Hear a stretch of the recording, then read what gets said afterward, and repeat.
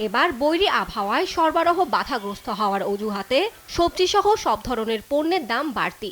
আলু মানভেদে ৬০ থেকে ৬৫ টাকা, পেঁয়াজ ৮৫ থেকে ৯০ টাকায় বিক্রি হচ্ছে।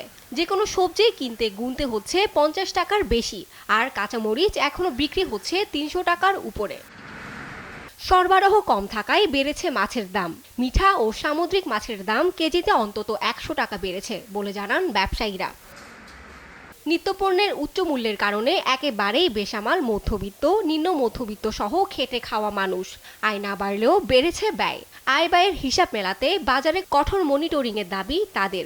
বেড়েই চলছে। আমাদের নিম্ন পর্যায়ে যারা লোক আছে তাদের ক্রয় ক্ষমতার বাইরে চলে গেছে। এখন এগুলা দাম নিয়ন্ত্রণে আনার খুবই প্রয়োজন। কিছু বলারও নাই।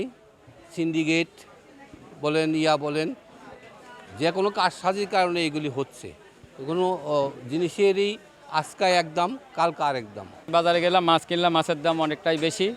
এখন সাধারণ মানুষ যেটা আমরা আমাদের কিনা খাওয়া খুবই কষ্টকর। মধ্যবিত্ত পরিবারের লোকেরা চলাটাই মুশকিল। যেখানে কৃষি উৎপাদন হচ্ছে সেখানে কৃষক কতটুকু মূল্য পাচ্ছে আমি জানি না, তবে বাজারে আসা মাত্রই সেখানে দাম বেড়ে যায় অনেক বেশি।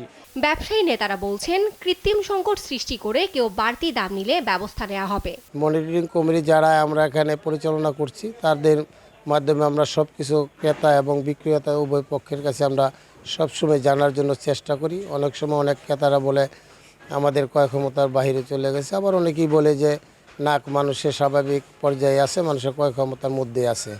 আমরা সবসময় চাই যেন আমাদের এই বাজারটি যে সুনাম রয়েছে সেই সুনামটি ধরে রাখার জন্য। তবে বাজার নিয়ন্ত্রণে ব্যবসায়ী সিন্ডিকেটের বিরুদ্ধে ব্যবস্থা নেওয়া জরুরি বলে মনে করছেন সংশ্লিষ্টরা। দিবাশ্রী বড়ুয়া, নিউজ ডেস্ক, দেশ টিভি।